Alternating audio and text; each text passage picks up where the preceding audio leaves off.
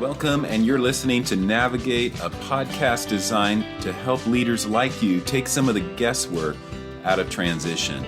And I'm Tim Austin, your host and founding coach of EncompassLifeCoaching.com, where coaching becomes that intentional space for you to dream, discover, and design a winning transition. And I'm thrilled to have my friend Chris Heinz back with us for yet another conversation here on Navigate to talk about life calling. Chris Heinz is a certified coach, professional development speaker, and founder of the Christian Life Calling Institute. He helps Christians find their life calling and live with intention. He's the author of several faith-focused books, including one on Christian life calling that will be released in spring 2023. And Chris also helps companies with employee engagement and talent development through his business, Chris Heinz Co., at chrisheinz.com. He is a Gallup certified strengths coach, top-rated learning partner for Penn State, and frequent workshop leader. Chris serves on the national board of Christ Now. So thanks for joining me and Chris for this conversation, and let's get started. Okay, Chris Heinz, thanks again for returning for yet another conversation with me. Tim, hey, I'm happy to do it. Thanks for having me back. So last year we did an episode together, and we were kind of focusing in on some areas of life calling that is a space that you hang out in a lot, and transition, which is a space that I hang out in a lot, and lots of overlap in that space. And that was, by the way, that was episode 31, if our listeners want to check that out. But you've recently in the process of moving. Tell me about that. Bring me up to speed. Yeah, Tim. Well, I'm thinking back when we recorded last year, episode 31, I'm not even sure we knew we'd be moving, quite honestly.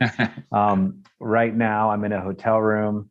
My wife and my kids and I are in this 6-week transition between closing on our old house and moving into the new house. So we've been on the road for about 6 weeks. And finally, next week, we'll close on our house.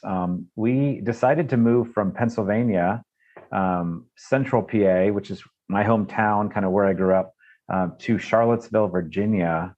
I transitioned out of full-time work to running my own business. And we just decided, hey, what's possible now with this change? And relocating to somewhere different is one of those things that was possible.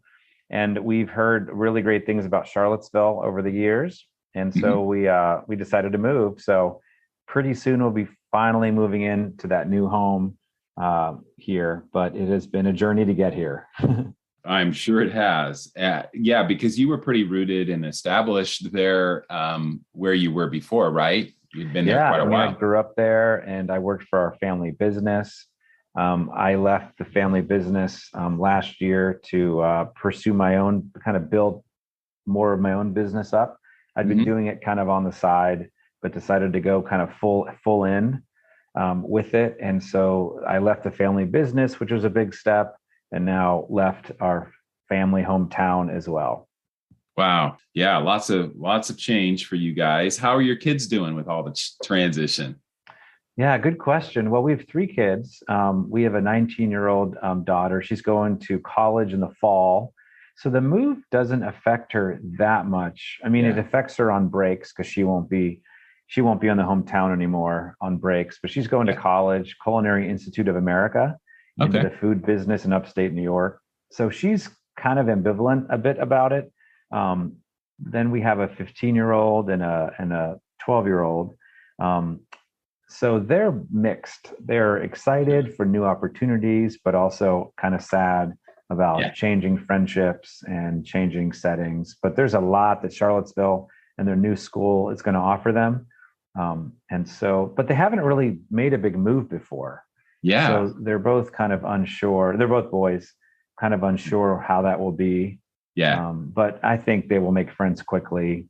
They're both awesome kids. They'll make friends quickly, and I think they'll be fine. Good. Yeah.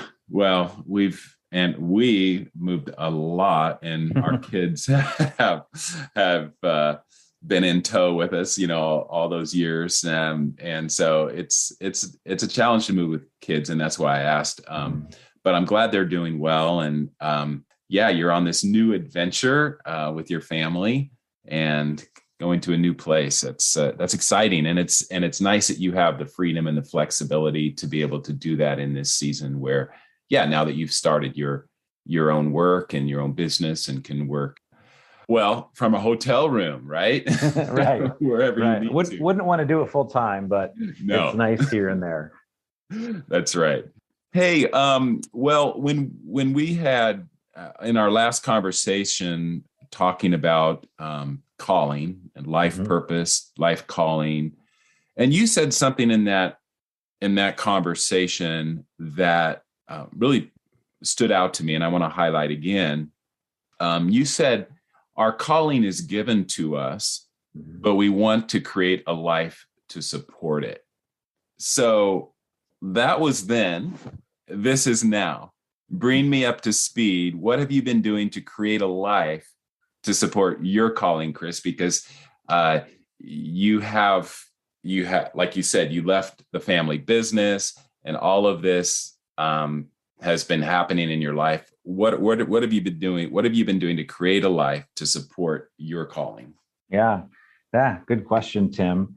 I want to say first off, I think the fact that God is the author of our calling and gives it to us takes a lot of pressure off of us to have to muster it up and try to manifest it or something. I think instead it's a matter of staying closely connected to Jesus and the Father and letting him reveal it to us, by his Spirit. That, for me at least, takes all the pressure off. It's just a matter of seeking his face, seeking what he wants to reveal. Of course, there's some work on my part to figure that out, to see how he may be speaking or what he may be speaking. He has a variety of means that he can speak through, but it really takes the pressure off to have to muster it up and do some Shazam stuff, because he's just going to give it to us. He wants to reveal it to us. And so it's up to us to sort of take the steps to find it, but then take the steps to live it and be faithful. And that's what we've been trying to do. I felt the Lord was showing me more of my calling was to help people find theirs and to help people find their place in God's plan, find kind of their main contribution of service to the kingdom. That's really what I think a life calling is. And I found myself in a job, I just couldn't really do that as full as I wanted to in that role, which is a reason I left the kind of the comfortable role in the family business. I was good at it. I had impact. I had resources. I was good at it, but it just was not the best setup for me anymore to be living out that calling. And so for me, that led to, working for myself, building out a community of people, building out the message more, setting myself up to live that calling out. That was my path in this season. Doesn't mean everyone has to leave their jobs to live out their calling. I have some things to say about that if we have room for that, but I don't think this is the same path for everyone. It just was the right path for me at this time. Yeah, that's good. So would you say more, rather than just we want to create a life to support our calling, really to expand on that, we're creating a life in partnership with the Holy Spirit, who is a creative God that and knows our life and our days and our future, and can help us step into that with the clarity we need. So I hear you saying that takes us, that takes the pressure off, right? Yeah. I think it does. Yeah. I think it really does. And when we start to realize, my calling's not all about me, it's not like I'm the center of my calling and the calling revolves around me, but instead, for me as a Christian believer, that it's Jesus is the center of my calling. Jesus is the center of the universe, and my role is to find my place in serving his plans, find my place in serving his purposes. And I think that is what a life calling is. we had to shift the focus of our work from just kind of generic life calling to a Christian approach to life calling. Okay. We started off in our work kind of taking a more general approach to calling, trying to help people find purpose and meaning in life and fulfillment. And I found as I went down that road and built some things out, it just wasn't quite the fuller message I wanted to present to the world or work with people around. I really needed to focus on a Christian approach to life calling. Okay. And so we shifted our work from kind of just Life Calling Institute to Christian Life Calling Institute, because there are plenty of people and programs that will help you find, your purpose and more meaning in life and fulfillment. Great. Okay. But the distinction I wanted to bring kind of to the world was a Christian view of life calling. Jesus at the center, Jesus around the circumference, me seeking him to help find my place in his plans. Good. Yeah, I love that. Right. Because like you said, there are, it's trending today, so to speak, right? This whole become more self-aware and find a more fulfilling life, create your best life, find your purpose. All of that there's so much overlap. And some of the unhealthy stuff, I believe, kind of bleeds over into the Christian context or the church. Yeah. There are some things we have really benefited from as well. Some of the research and like you work with the strengths, and we could talk more about that, but some of the assessments and things that are out there. But then there's also, it seems to get kind of confusing out there in terms of what are we looking for? So I love that you've put the emphasis back on Christ, a Christ-centered approach to calling. Yeah, I didn't in the end see it any other way. And I actually think that the Lord frustrated my plans. Kind of, he does that, right? From time to time, he kind of frustrates our plans. We planned this great life calling program, and it was going to be great. I got a big name person to endorse it. It was going to be great. And we opened up the shopping cart per se, and no one budged. And that sent me back to prayer. Like, Lord, I thought I was following you. I thought I'm in this new work arrangement to kind of do this thing. It was really discouraging. And the Lord just so gently reminded me in prayer what's important, and kind of led me toward this idea of that he was the one frustrating these plans because it wasn't quite what he wanted it to be. Okay. And so now we're on this track. We just released a new website, christianlifecalling.com, which is the online home of the Christian Life Calling Institute, where we want to help people find and live into their life calling with intention, but doing it from a Christian worldview. And so this whole new website and work would not have been possible had God not frustrated our plans and kind of reshifted us into a new direction. So I think that is good news when the Lord is frustrating you, because you know that there's sort of greater glory in the end and greater service and obedience and faithfulness out there, even though at the time it can feel very disorienting. I walked around kind of dazed for a few days, like, what is going on? I shifted my whole life. I quit my job with the family because of this, but he was gracious and gentle to redirect. And there's no shame in that. And I love, as you talk about this, Chris, I love the fact that, I'm not hearing like, man, I screwed up, I messed up and I didn't get it right. It's a journey, and discovering our own calling and purpose. God is great. God is gracious with us and good. And just like the term implies, shepherd, he shepherds us and shepherds us into our calling. And I love the fact that he's done that with me as well, because I've missed the mark a lot of times, and I'm still on that journey. And so, I appreciate that perspective, and the fact that he allows us to explore, even when he knows we're not going to get it right the first time or the second time, maybe, or the third time. But in that there's learning and there's growth and there's more focus and clarity, I believe. Amen. That comes from that. Yeah, good. Let's talk about the overlap when it comes to people that you've come alongside of over the years, because you've worked with a very diverse range of folks. So by that I mean folks more in the church and ministry space, and then those in the business world. You hang out in both spaces, and I do as well. And maybe the difference between us is a little bit more like I stepped into full-time like missionary ministry work, if you want to call that full-time. I don't always like using that term, but just that was what I did for 20 years or 20 years plus.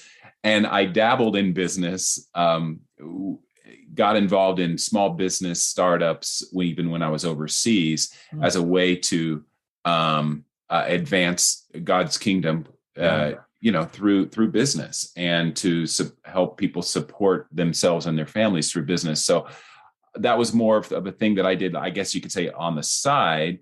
And then you have all this rich, experience in business, and yet a very ministry minded and focused. I know that you've been involved in church plants and different areas of ministry. You've authored Christian books. So we both have overlap in these areas, but I'm just curious about how that, the perspective that you might have from a life calling perspective. What are some of the similarities and or differences that you see in terms of what these folks in these different spaces struggle with?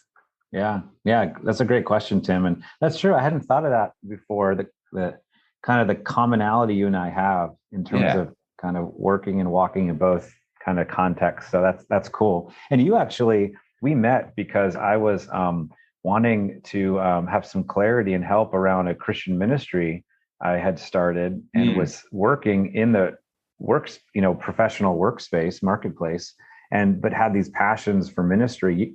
We connected because I was seeking a coach for help in this area. Right. So that was like our context of meeting. And now we're in the Real Life Process Network together, which is cool. So good topic. Yeah. I definitely have had a kind of a ministry interest. I would have thought I would have started out in, full-time vocational Christian ministry from the start, not business. God had different plans for me. And I'm really glad, looking back, at all the skills and experiences and knowledge I've developed from my professional work experience that have benefited both the workspace as well as sort of some Christian oriented projects and things I've done. So I'm thankful for both contexts I've been part of. I think in the end, everyone is looking for a life that matters. And everyone wants to answer, why am I here? Like, what was I put here for? What was I put here to do? Which comes back to purpose. I've seen that question come up in various forms, whether I'm doing a strengths workshop for a college institution, or it's in a more of a Christian setting. So definitely purpose is on people's mind. What that purpose is, I think, differs depending on the context that you're in. I've seen in a Christian setting, people really understanding their purpose is to expand God's kingdom. And it's an allegiance to Christ Jesus, and it's a loyalty to Christ Jesus and his kingdom. I've seen others in the professional space that don't have any sort of a belief in Jesus. And of course, it's not either or. There are lots of Christ-centered people in the workspace. So it's not either or. But I've also seen lots of people in the workspace who don't have a faith orientation, who are looking for purpose, but it ends up being more about, how do I feel fulfilled? Okay. How do I most feel like I'm doing that thing I was made to do? And so there's a self-centeredness. They might not even be meaning to be that self-centered, but there's a self-centeredness, I think, often that I see that even if it's wanting to be better in your job or be more productive, make yourself more marketable with skills, that's all good stuff, but it's still kind of self-centered, versus a more kingdom approach would be Jesus-centered. I'm serving his purposes versus I'm serving mine. I think that's a big difference, is what is the purpose, although both parties would be kind of asking that question. Right. Do you feel you can work if you're in a group setting? And I believe you work with groups as well. So if you're in a group setting, are you comfortable in that space of when you're in a group which encompasses people potentially in church ministry, full-time ministry, and someone else is in the group who's a full-time businessman or owns their own business, or do you feel comfortable in that space, or do you like to have it either or? I like working with both types of people. For me, the struggle comes, I'm a very honest person. Honesty is one of my core values. I know you offer like a values and needs assessment. Yeah. And so I've appreciated, for me, and I think your clients do too, would appreciate, really narrowing down on values. So one of my core values is honesty. And I really struggle if I'm in a situation where, let's say it's a business thing, and I can't share faith or even the idea of God creating people for a purpose. If I can't somehow share that, I feel like I'm being disingenuous. And I mean, I just had that situation happen last week where I was doing a workshop and I was told ahead of time I couldn't even mention my work in the Christian Life Calling Institute, which is my background. Like I couldn't even mention that in that space. And so I had to just, zip it. I mean, I have self-control. I can if I need to. It's just, if I was having to do ongoing work with no expression of my faith, that would be really hard. And that is actually one of the reasons why we are splitting our workout between Chris Heinz Co., which is my work to build up individuals and organizations in engagement and strengths. And we've split out the Christian Life Calling Institute, which is a faith-oriented work for primarily individuals to discern their life calling. Before, I was kind of trying to do both under the same umbrella. And so business people who signed up just for my strengths workshops or engagement workshops were also getting some stuff around a Christian approach to life calling. They didn't want that. They didn't feel like they needed it. I understand they're really two different types of audience. I just didn't have like a setup to kind of do both. Now with christianlifecalling.com, we are splitting it out so I can really serve the business world or academic world separately with what they're interested in. And then do the Christian life calling stuff. But I would not want to do one or the other. I'd want to do both, because I feel like my professional work is opening doors for God to speak to people. And I don't want to remove myself from being kind of a means of God's grace in those people's lives. And so it may sound like I'm going in the wrong direction to remove all my faith stuff from those people, but I actually think it's going to enable me to do even more of that as God opens doors. Because immediately it could be a turnoff, it could be immediate turnoff if they see anything that's of Christian content. But I build relationships and see what happens. It makes sense. And like you said, it solves that issue of integrity, where that tension lies sometimes. And I think and then it makes you salt and light in that space. It's not like you don't bring your true self. You are bringing your true self into that secular space or that business world space. It's just how you approach those relationships. And so, yeah, it sounds like that kind of delineation for you has given you more focus, and it sounds like more opportunity. Yeah, I think it will. And especially as we're moving to Charlottesville, Virginia, I'm going to be looking to get involved with businesses and, academic institutions there. Right. And now I'm able to have a really more kind of crystal clear, here's what I do, here's what I can bring to your workspace. And their felt need is going to be, employee engagement, employee self-awareness, team building, productivity, the things I do. That's their felt need. And so we'll just see what doors God opens up to other works that we do, like the Christian Life Calling Institute, at the same time. But this splitting apart the two works, I think, was really critical for this next season of life in our move. Love it. Yeah. Kind of shifting focus here. And I might be going into deeper waters that I want to dive into here, but let's just go for it. Go for it. This, again, going back to passion and purpose, we want to help people discover what they're most passionate about.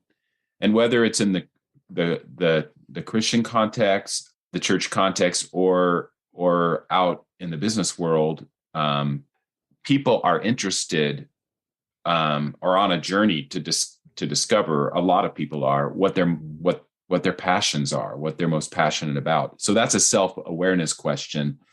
And it's used in many different contexts, right? Not just faith, but the idea of passion as a willingness to suffer. Yeah. Okay. That's where, it's certainly is not trending these days. Right. In fact, if you look up passion in the dictionary, it will tell you that term suffering in relation to passion is archaic or obsolete. So, and yet I think you and I would both agree that history's Christian martyrs were some of the most passionate people who ever walked the face of the earth, right? Yeah. Yeah.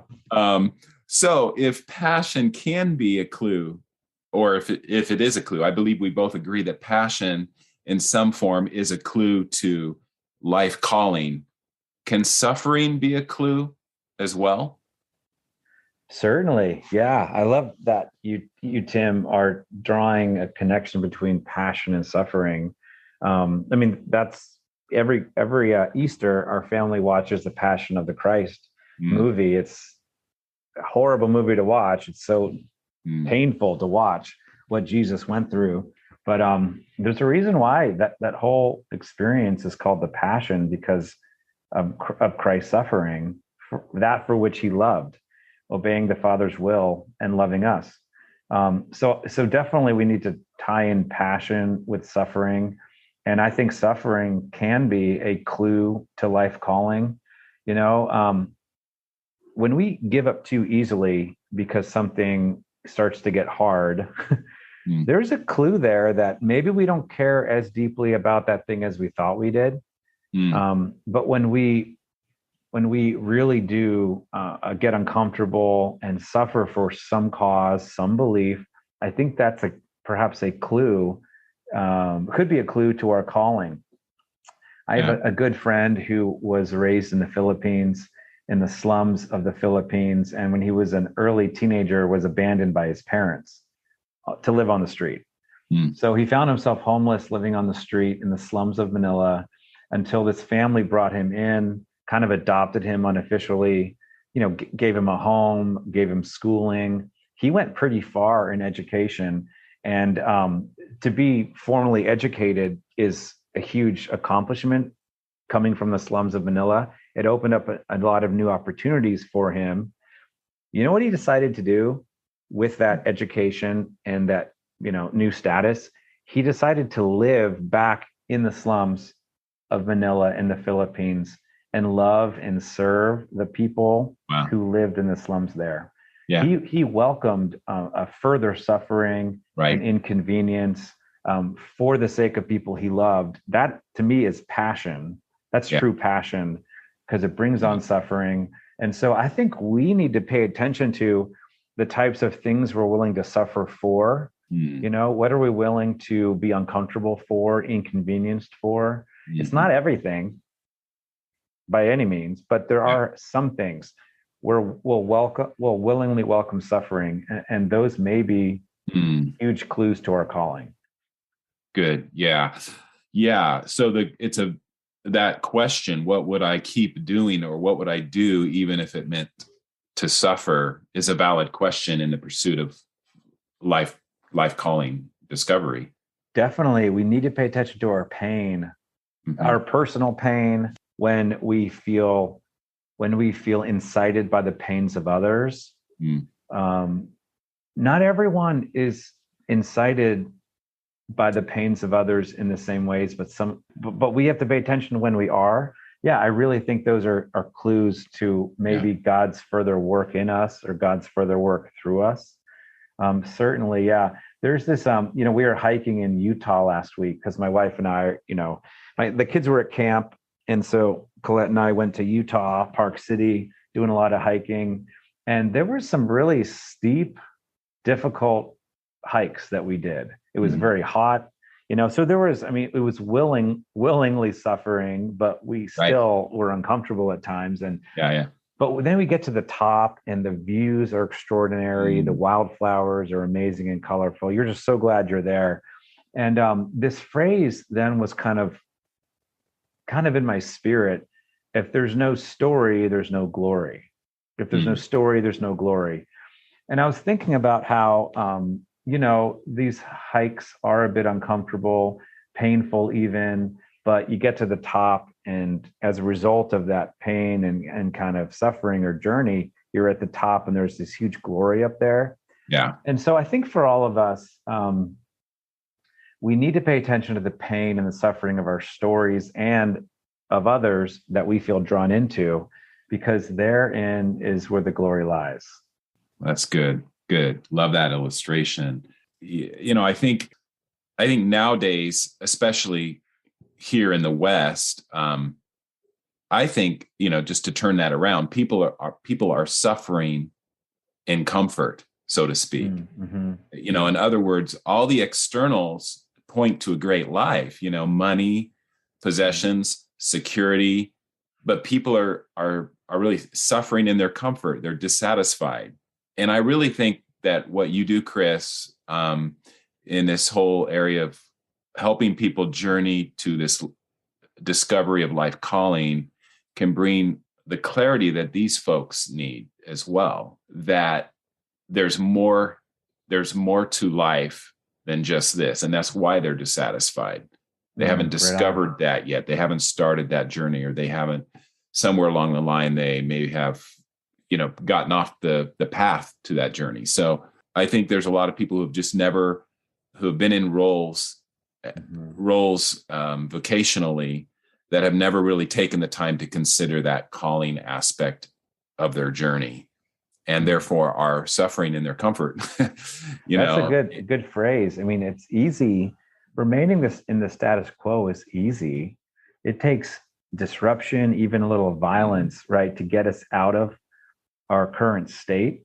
Yeah. Because it's risky, it's uncertain. We don't know how it will be and how it will affect the people around us. So it's easy to stay comfortable. But I think that having faith and listening to God and trusting Him is what we're all called to do if we're Christian believers. And so there's going to have to be some of that discomfort, of course, and uncertainty in our lives, or else we're not living by faith. Right. Yeah. And it can be scary, a place to venture out into, because we fear maybe what it could require of us. Am I have to, I think a lot of people struggle with those fears. Am I going to have to give this up to get that? Because they've never tasted what true purpose really feels like or is with Christ. That, again, going back to, they're suffering in that quote unquote comfort, right? Yeah, I've wondered, we read the news about the Great Resignation, Mhm. 4 million people resigning in like 1 month. I mean, and I was part of that. Okay. So I was Yeah. part of the Great Resignation. Yeah. Yes. But if I wondered how many people kind of, kind of made a false start and did Mhm. resign because they, you know, they were a bit wanting something more, didn't know what it was, hadn't really put an intentional journey together, but just kind of did it out of a gut reaction, like it's time, Yeah. and maybe some of them that was God's path for them, some of them maybe not. Um, I read a book on the Great Resignation, and there's a chapter called "The Rise of the Individual," and it was just talking about how over time this sort of fierce individualism has become such a force in our society, in our Right. culture, Mhm. very individualistic minded. Yeah. And so that's what, as Christian believers, we want to kind of take the best of, which is, hey, God made me for a reason. I'm Right. unique. There's no one else like me. He made me with gifts and so forth. That's a good kind of use of individualism. A poor use of it would be, I'm king. My comfort Right. matters most. What I want to do, Yeah. or my expression or my feelings are king. Kind of that is probably the worst of individualism. Mm. And I think that in this whole pursuit for purpose and calling, we have to really be careful about the influence of individualism on our lives, that we are not treating our opinion or current belief or feeling as primary, but we are making sure that we seek the Lord's face and just kind of submitting it all under Good. the Word of God and the Spirit of God. Because I've known people who kind of quit because they weren't happy, and then they sort of moved too quickly, and now they're stuck Okay. because they Yeah. let their feelings be primary Okay. instead of searching more out, like what is this telling me, like what are some possibilities here. We really have to be careful about Yeah. making wholesale moves. We need faith, we need risk, we need a little bit of danger, yes, but there can be kind of an impulsivity sometimes if we're too, frankly, if we're too self-centered. Yeah. Yeah. No, that's so true. And I think slowing down and engaging that process of discovery is what you're trying to facilitate for people, and what I do in my coaching. And I think when I was going back to the conversation we had previously in the other episode, I think you said something like life calling discovery is a series of small faithful steps, and I love Mm-hmm. that. That stood out to me. It's not that big leap, like we're tempted to take that big leap and miss the meaning, miss the purpose, miss the discovery in that. Step back and really engage the process, and slow down is what I hear you saying. Yeah, definitely. If I look back on my life, my life calling discovery in the end was slow. I mean, looking back, it feels fast, but at the time, it felt slow because it was like one step, and then like another step, and then this piece and this other piece. Right. It took, I mean, some time. Looking back now, I'm like, wow, what great work Mm. God did. But at the time, it feels kind of slow because you're maybe feeling the discontentment, the passion for like impact, and you want to like make this mark and all that. I get it. That can feel very, Yeah. very intense. But it is Sure. a series of small steps. And so that's one of the reasons why we created, I could talk about this class that we're doing. Yeah, that's what I'd love Um, to wrap up with that, Chris. If you could just, to help people slow down and engage the process, what are you offering now that people can tap into and learn more about? yeah, well, Direct my listeners there. great. Well, we would love you to go to christianlifecalling.com. We are starting a new class in September, September 7th, actually, 2022. This is going to be a class that offers a Christ-focused teaching and training as well as small group interactive coaching, as well as a calling assessment that all of our students will take, as well as, great downloadable resources. It's a 12-week class. We think that these elements are really important, and we're going to dig into topics like purpose, values. What's Jesus have to do with calling? We're going to look at strengths and other topics that all seem to be very important in the pursuit of calling.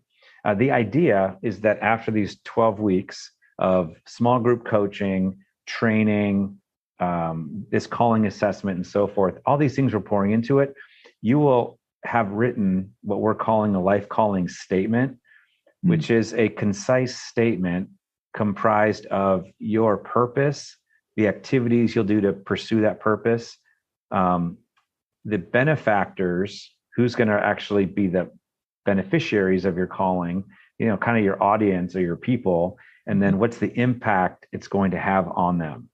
So that is what we're kind of working toward through this 12-week class. And we're going to do live training on Zoom as well as recorded. So we'll record all the classes. If you can't attend live, you can definitely have the recordings. And everyone will have access to the recordings for 3 months after the class ends. So this is really could be a 6-month experience for students who sign up. We'd love for folks to do that.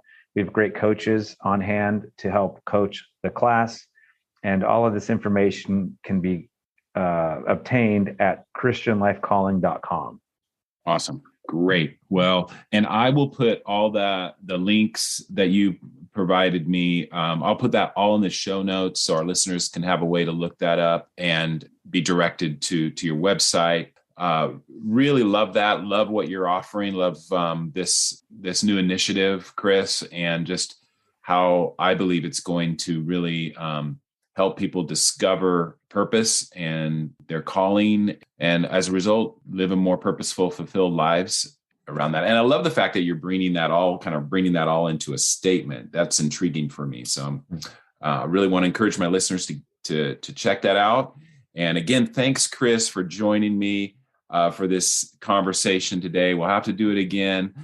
Make this a habit here, because I love the conversations we can have together. Me too, Tim. And I'd love to have you on my podcast too once we get started back up again. Love to join you. Yes, we'll do that. Right. I should mention too, we have a discount code for listeners of this podcast. If anyone goes to the class and types in calling 2022, you'll get a discount off of the class for your listeners. Awesome. And I will put that in the show notes too. Thank you, Chris. Great. Thanks, Tim. Great being with you. Great being with you. Have a good one. Thanks, you too. So many great takeaways from this conversation with Chris today. What really is highlighted for me is this: be encouraged that your calling is a gift initiated by God and cultivated in relationship with Him. The invitation to us is to embrace the gift and in partnership with God, create a life to support that calling. Engaging in a season of coaching can be a great way to begin that calling journey. Head over to encompasslifecoaching.com to learn more, to set up a discovery call with me. I'd love to have a conversation with you. So that's a wrap for this episode of Navigate. I've been your host, Tim Austin, and if this has been helpful to you, can I ask you to take a moment to give us a quick review on your favorite listening platform? That would really help us with our goal of resourcing and encouraging more listeners. And we'll catch you next time.